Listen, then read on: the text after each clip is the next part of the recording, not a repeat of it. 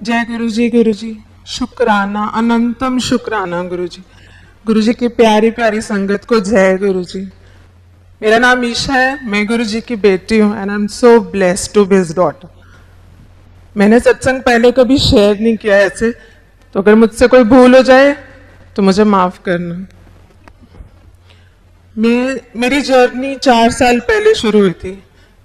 मेरी कजन गुंजन मुझे जलंधर मंदिर ले गई थी। तब मैं गुरुजी के बारे में कुछ नहीं जानती थी। ऐसे ही उसने कहा यहाँ एक गुरुजी का मंदिर है, तुम चलो। तो मैं चली गई। वहां जब गई तो बहुत अच्छा लगा, वहां का ऑरा बहुत अच्छा था। मुझे ऐसा लगा कि उस चेयर पे ना कोई बैठा है, बट पहली बार गई थी, कुछ जानती नहीं थी। वापस आ गए, चाय प्रसाद पिया, वहां से वापस आ गए। 2 साल कोई कनेक्टिविटी नहीं हुई, कभी नहीं पूछा कि कहाँ गई थी, गुरुजी कौन है, किसी कार पे नहीं पड़ा, कभी नहीं देखा। 2 साल बाद फेब में पापा के घर सत्संग हुआ, वहां से मेरी जर्नी स्टार्ट हुई। रियल जर्नी जिसको कहते हैं। जुड़े तो पता नहीं कितने जन्मों से हैं, पर जब से जाना तब से 2 साल। तो जब मैंने वहां दरबार में एंटर किया, मैंने वहां गुरुजी को एक झलक बैठे हुए देखा, तो मुझे तो कुछ हो गया। मैंने सोचा कि जो इंसान है ही नहीं वो दिखाई कैसे दे रहा है, वो पूरा साक्षात दिखाई कैसे दे सकता है। तो वो पूरे 2 घंटे का सत्संग में मैं सिर्फ यही सोचती रही। और कुछ फर्स्ट टाइम की जर्नी थी तो इतनी नॉलेज भी नहीं थी कि गुरुजी क्या है, कौन है। तो फिर घर आ गए, तो घर आके यूट्यूब पे सर्च करना शुरू कर दिया। गुरुजी के बहुत सारे सत्संग देखे। जब भी सत्संग देखती थी सिर्फ रोती थी, बहुत रोती थी। अब तो ऐसे हो गया था, घर में रूम से बाहर निकलती थी तो सब पूछते थे सत्संग सुन के आ रही है। तो 10 दिन 15 दिन ऐसे ही बीत गए। तो मैंने गुरुजी को कहा, मैंने कहा गुरुजी अगर मैं आपसे जुड़ रही हूँ, आपकी संगत बन रही हूँ, तो इतना रो क्यों रही हूँ। तो ऐसे ना अंदर से एक आवाज आई, कमांडर अंकल नो पूछ। तो मुझे नहीं पता था कि गुरुजी बात करते हैं, कोई टेलीपैथी होती है, पर मुझे फिर भी लगा पता नहीं मेरी आवाज है जो मुझे सुनाई दे रही है। तो मैंने अपने पापा को कॉल करके बोला, मैं कहा आप कमांडर अंकल का नंबर दे सकते हो मुझे। उन्होंने मुझे अंकल का नंबर दिया। मैंने अंकल को फोन किया, मैंने कहा अंकल मुझे नहीं पता गुरुजी बात करते कि नहीं, पर एक आवाज सुनाई देती है, कमांडर अंकल ने पूछ ले। तो अंकल से मैंने पूछा मैं इतना रो क्यों रही हूँ, मतलब I don't want to cry but I am still crying. तो अंकल ने कहा वैसे तो गुरुजी की संगत कभी ना रोए, पर शायद आपने जन्मों से अपनी फीलिंग्स किसी के साथ शेयर नहीं किए, शायद इसलिए आप रो रहे हो। वो आंसर भी गुरुजी का ही होगा जो अंकल के थ्रू मुझे मिला। वहां से मेरी जर्नी बढ़ी। बस धीरे धीरे धीरे धीरे मेरा रोना जरूर कम हो गया, पर मुझे मुझे गुरुजी की तरफ मेरी जर्नी बढ़ने लग गई। तो जैसे जैसे मैं यूट्यूब पे बहुत सत्संग सुनती रहती थी, सब कुछ था, तो मुझे एक दिन लगा कि क्यों ना गुरुजी का एक स्वरूप मैं अपने घर ले आऊं। गुरुजी मेरे घर भी आए। तब तक ये जान लिया था कि गुरुजी का स्वरूप गुरुजी का खुद आना है। तो 3 जुलाई को गुरुजी को दिल्ली से यहाँ स्वरूप बना और मेरे घर पहुंचा। जब गुरुजी आए तो उन्होंने मुझे इतना ब्लेस किया, अमृत वर्षा हुई, जिसके बारे में सिर्फ यूट्यूब पे देखा था और सुना था, अपनी आंखों से नहीं देखा था। जैसे हलवा प्रसाद का भोग लगा, वहां उनके मुंह पे तिलक, वहां पर त्रिशूल बन गया, नीचे जितने पेटल्स थे रोजेस से ओम बन गया। तो बहुत खुशी हुई कि गुरुजी मेरे घर आ गए। तो 4th को नेक्स्ट डे मेरे हाथ में ना एक नर्व चलने लग गई। तो मैं बहुत डर गई, मैंने कहा पता नहीं मुझे क्या होने वाला है। तो मैंने गुरुजी को कहा, मैं कहा गुरुजी 7th को आपका बर्थडे है, आपका बर्थडे होने दो, फिर कुछ हो जाए। पर ये पता नहीं क्या चीज़ है, सबको दिखाया है घर में, तो सब बोल रहे डॉक्टर को दिखा लो। तो मैंने एक ना वीडियो बना लिया उसका, तब पता नहीं था कि मुझे लगा ये बंद हो गया तो मैं डॉक्टर को क्या दिखाऊंगी। तो पूरा दिन वो चलता रहा, बड़ी परेशान होगी पता नहीं क्या हो रहा है। तो नेक्स्ट डे वो बंद हो गया। और जब बंद होने से थोड़ी देर पहले मुझे एक आवाज सुनाई दी, जो टैटू बनवाने तानो दर्द नहीं होता, जो मेरा ओम बन रहा है तो तेन दर्द हो रहा है। तो मुझे समझ आ गया कि कुछ तो है। तो मैंने अपने हाथ में देखा तो वहां एक पूरा ओम बन गया जो आज भी है। गुरुजी ने मुझे मेरे हाथ में ही ओम ब्लेस कर दिया। इससे प्यारी ब्लेसिंग्स मुझे नहीं लगता मुझे कभी मिल सकती। वैसे मेरी जर्नी तब से और बढ़ती चली गई। फिर 7th को गुरुजी का बर्थडे आया, तो मैंने गुरुजी के बर्थडे पे सोचा था चाहे हम फैमिली के 4 लोग बैठे, चाहे हम थोड़े से लोग और हों, पर दरबार बहुत सुंदर होगा। बहुत सुंदर दरबार बना। तो दरबार में वही ह्यूमन नेचर होती है ना, मांगने की आदत नहीं जाती। तो जब गुरुजी का केक कटा तो मैंने कहा गुरुजी अगर आपने केक काट दिया है ना, तो इतने सारे रोजेस हैं ऊपर, आप एक फ्लावर गिरा दो नीचे, मुझे पता लग जाएगा कि आपने मेरा केक काट दिया। तो मैंने सिर्फ अभी बोला ही था और ऊपर से 2 फ्लावर्स गिर गए। तो पीछे से मेरी बुआ पापा सब बोल रहे हैं वो देखो फ्लावर्स गिर रहे हैं ऊपर से। मैंने कहा आपके लिए फ्लावर्स गिर रहे हैं, मेरा आंसर है। इतनी जल्दी कौन सुनता है? कोई नहीं सुनता, गुरुजी के सिवा तो कोई नहीं सुन सकता। तो ऐसे ही जर्नी बढ़ती चली गई।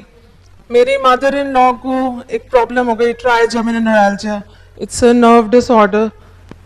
बहुत पेन में वो थी, बहुत ही पेन में। मैं गुरुजी से दिन रात अरदास करती थी, गुरुजी मम्मा को ठीक कर दो। मांगना नहीं चाहिए मुझे मालूम है, लेकिन माँ को दर्द में देखो तो you will always ask for.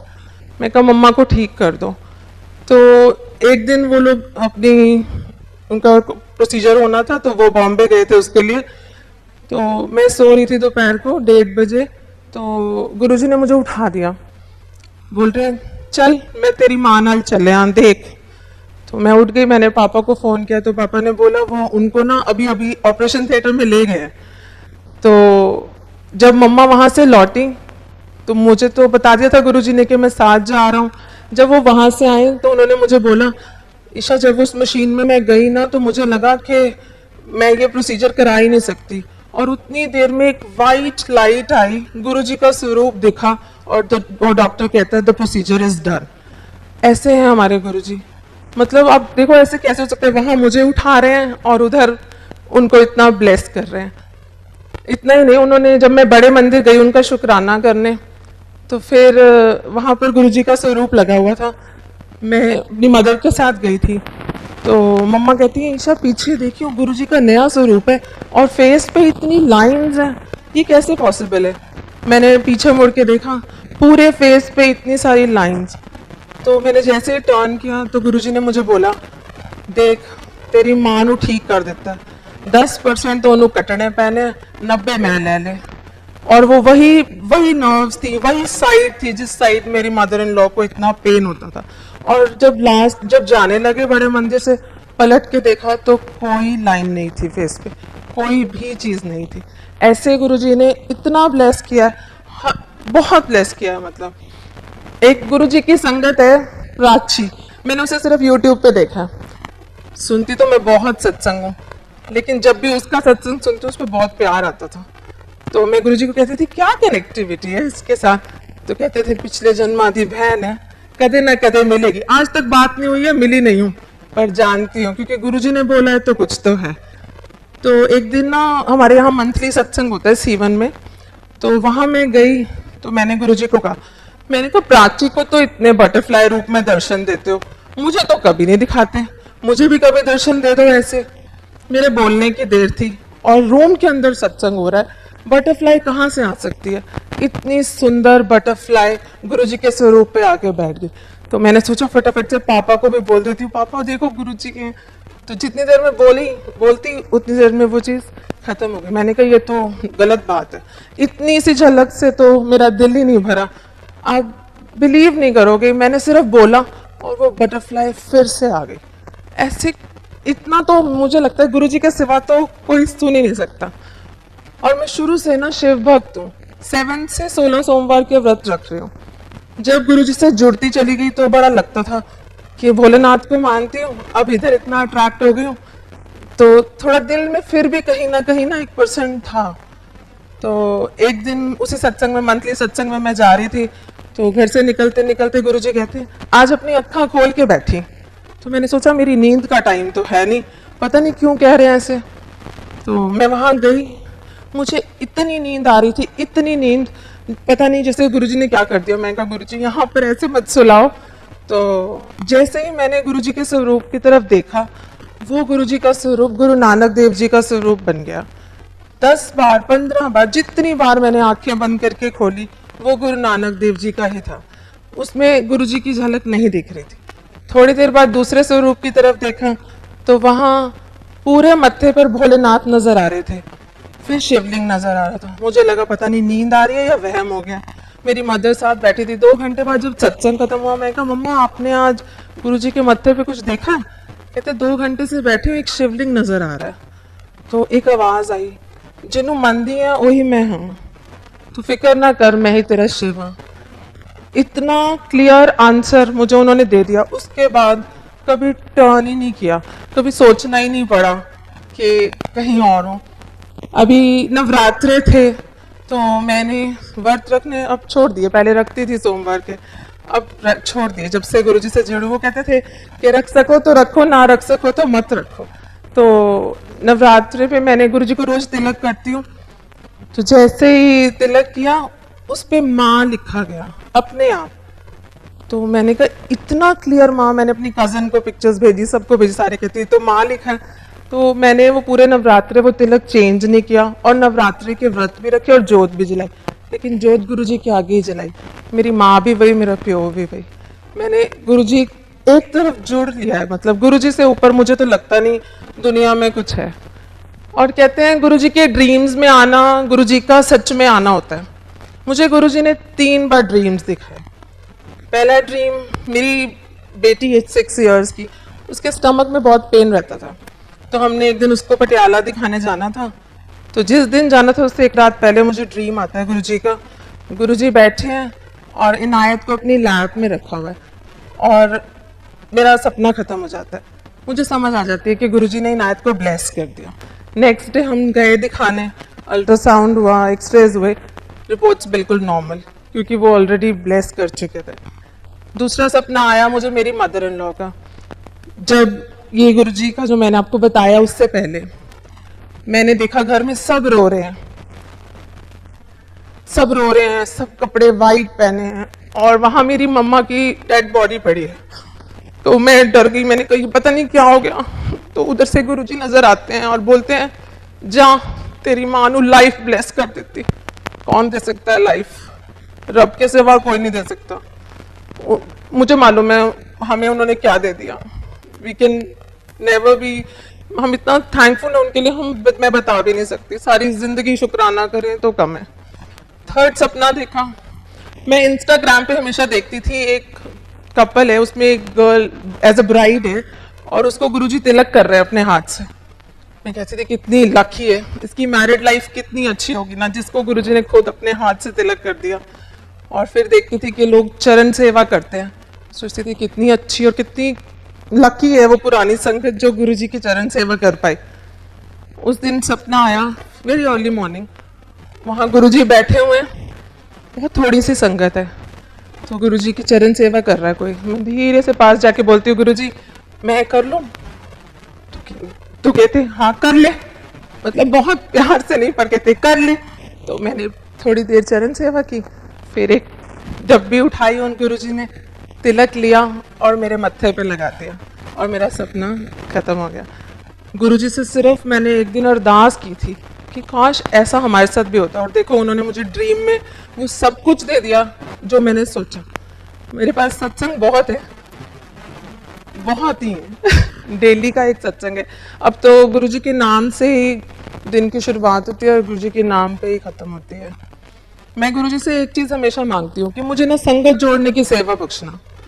हमेशा जब से मैं जुड़ी हूँ मैं हमेशा ये कहती हूँ कि मुझे आपके गुणगान गाने का मौका मिले। एक दिन जब मैं देखती हूँ यूट्यूब सब सत्संग कर रहे हैं, तो मेरे दिमाग में थॉट आया, मैं कहा मैं कभी कैमरा फेस करूंगी, मैं गुरुजी का गुणगान कभी ऐसे कर पाऊंगी। और then very next day commander uncle का मुझे फोन आता है, कहते हैं आप एनुअल सत्संग होगा गुरुजी का 25 को और आप वहाँ सत्संग करेंगे। मैंने कहा गुरुजी ऐसे तो कैसे मैं आपका शुक्राना करूँ ना, मतलब एक पल भी नहीं लगता और ऐसे हो जाता है। और जिस दिन अंकल का फोन आया तो देखो मानते सब हैं, घर में भी सब मानते हैं, लेकिन वही गुरुजी भी कहते थे ना एडमिशन सबका हो जाता है, फिर क्लास वो डिसाइड करते हैं। ऐसे ही तो मैंने पापा को बोला पापा हम दोनों तो जा रहे हैं, मम्मा पापा काश मेरे अंकल भी साथ चले ना, किसी दिन ऐसा आए कि हिमांशु खुद कहें कि मैं भी चलूं। एंड नेक्स्ट मॉर्निंग, ये तो मैं अपने पापा से रात को बोल रही थी और गुरुजी से अरदास कर रही थी, नेक्स्ट मॉर्निंग चाय पीते सुबह वो मुझे बोल रहे हैं क्या मैं भी चल सकता हूँ? I was like my God गुरु जी, इससे ज़्यादा खुशी तो मुझे कभी नहीं मिल सकती. And today is here. I am really thankful to Guru ji for everything. बहुत बहुत शुक्राना है. मतलब मेरी बुआ, चाचा के घर, पापा के घर, गुरुजी ने मुझे बोला अपने पापा के घर तूने दरबार बनाना है, सब कुछ तू करेगी. मैंने हर चीज किया, दरबार बनाया वहां बहुत सुंदर. और हमेशा मैं ही चेंज करने जाती हूँ गुरुजी का चोला. जब भी चेंज करने जाती हूँ एक बटरफ्लाई वहां एंट्रेंस पे मिलती है हर बार. 6 महीने 8 महीने जितने महीने भी हो चुके हैं, मैं जब भी जाती हूँ एक बटरफ्लाई आती है, ऊपर से निकलती है, फिर हम दरबार में वो चोला चेंज करते हैं. कभी नहीं हुआ कि ऐसा ना हुआ हो. फिर एक दिन मैं सो रही थी तो कहते हैं जो पापा के घर दरबार बना है ना वही चाचू के घर बनेगा, बनाएंगे वो खुद, तूने सिर्फ गाइड करना. फिर वहां पर जब मैंने पापा के घर के लिए चेयर सिलेक्ट की थी तो वहां 2 चेयर्स थी, तो मैंने उनको बोला था नहीं एक ही चाहिए मुझे. और 10 दिन बाद ही मैंने उनको फोन करके बोला नहीं वो दूसरी चेयर भी हमारे ही घर आएगी, प्लीज उसे सेल मत करना.